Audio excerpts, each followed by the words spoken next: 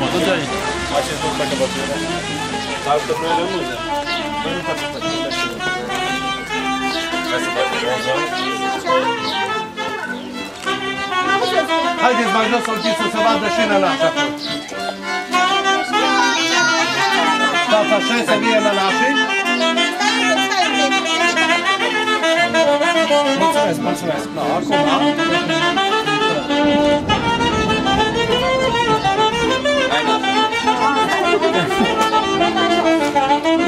Da, da. Haideți.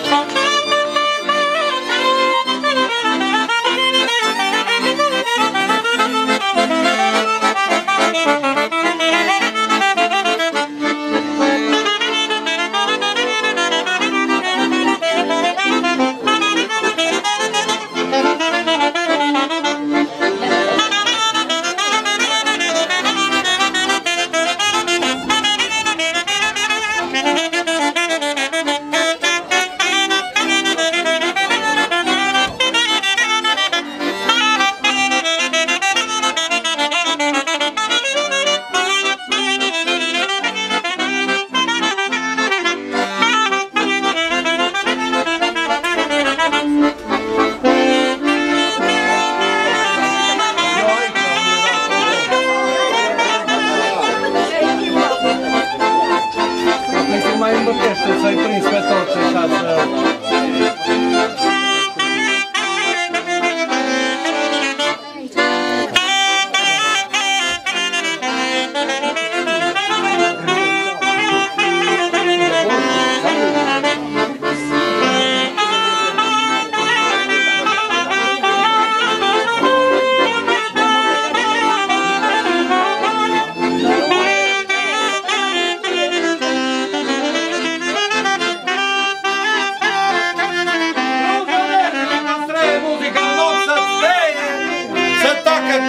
Să vorbească masa. Aduce ceva. Cinstiți oaspeți invitați, câți aici sunteți chemați. Vă rog de luare aminte la vreo câteva cuvinte care în cărți sunt scrise, iar acum trebuie zise. Mândrul nostru crăișor, plin de dragoste și dor, dimineață s-o sculat și pe față s-o spălat. Și-a luat o goarnă mare și-o suflat de 3 ori tare, iar atunci când o suflat, mulți voinici ne-am adunat. Am venit cu mici, cu mari, cu tarafi de lăutari și atunci când ne-am adunat, ce gândiți că am aflat? Și că ar fi avut un vis, parcă cerul s-a deschis și un loc așa de frumos ca raiul de luminos, o pajiște minunată, cum n-o văzut niciodată, plină de pomi dați în floare și de păsări cântătoare. Iar în mijlocul pajiștei, trona mândră dumneaei, o floare înmirezmată, al cărui miros se îmbată. Iar floarea o mirosit și un dor mare l-a lovit, un dor atâta de mare, de-l tochea de pe chicioare, ca în cărțile de povește cu fesi frumoși și prințese. Ne-a adresat o rugăminte, ne-a arătat calea înainte, să merem să căutăm, nici de cum înapoi să dăm, până floarea o aflăm. Și după ce am umblat țara asta în lung și în lat, credeți-ne, ne-am cam săturat, cineva ne-a îndrumat Cum că n-ați loc minunat ar fi acea floare deosebită, de al nostru mire iubită. Noi aici am venit și floarea eu am găsit și mirelui o vom da. Dar n-am mai minte n-a știut înaintea primarului. Foaie verde, mândră treață. A sâmbătă dimineață, mândru soare răsărit și mireasa s-o gătit. Cu cunune de argint și haină până în pământ. Cale pe la prânzășor ieși mireasa în ocol.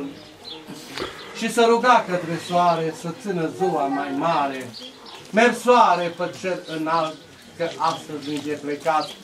E casa măicuță mele, azi mă despărțesc cu grele. E casa lui taică meu, azi mă despărțesc cu grele.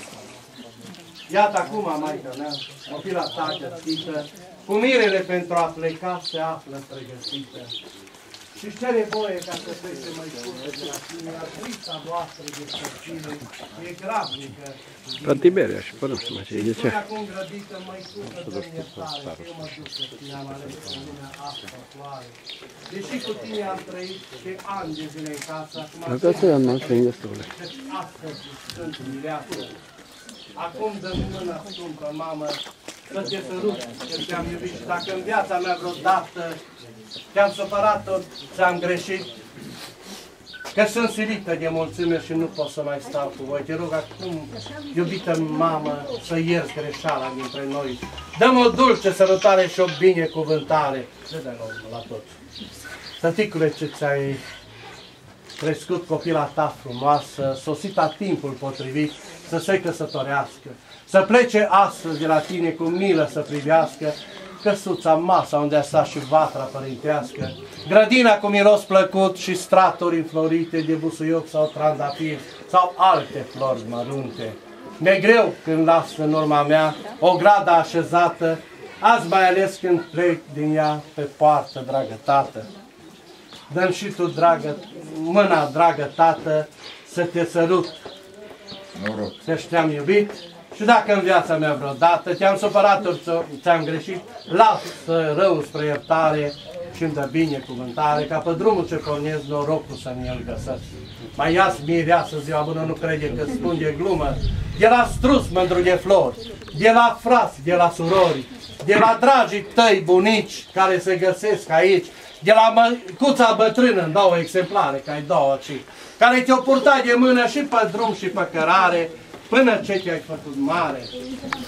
De la struț, de lămâiță, de la fete, fecioriță, de la struț de călățele, de la verișor și vere, de la unghi, de la mătușcă îndată ești pe uși, de la dragele cumnate, de la neamurile toate, dacă le-ai, cumnate toate, nu știu dacă este că aici avem.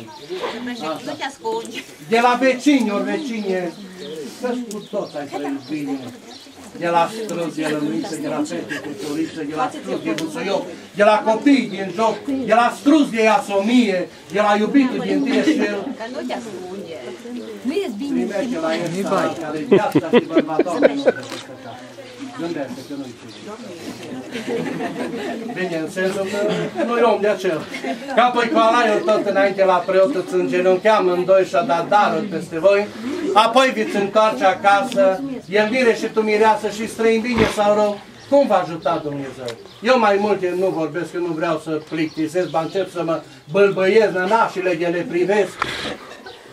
Vreau să facem o urare ca o binecuvântare, ca acest ceas de bucurie, ceas bun și cu noroc să fie! Băi, Ovidiu!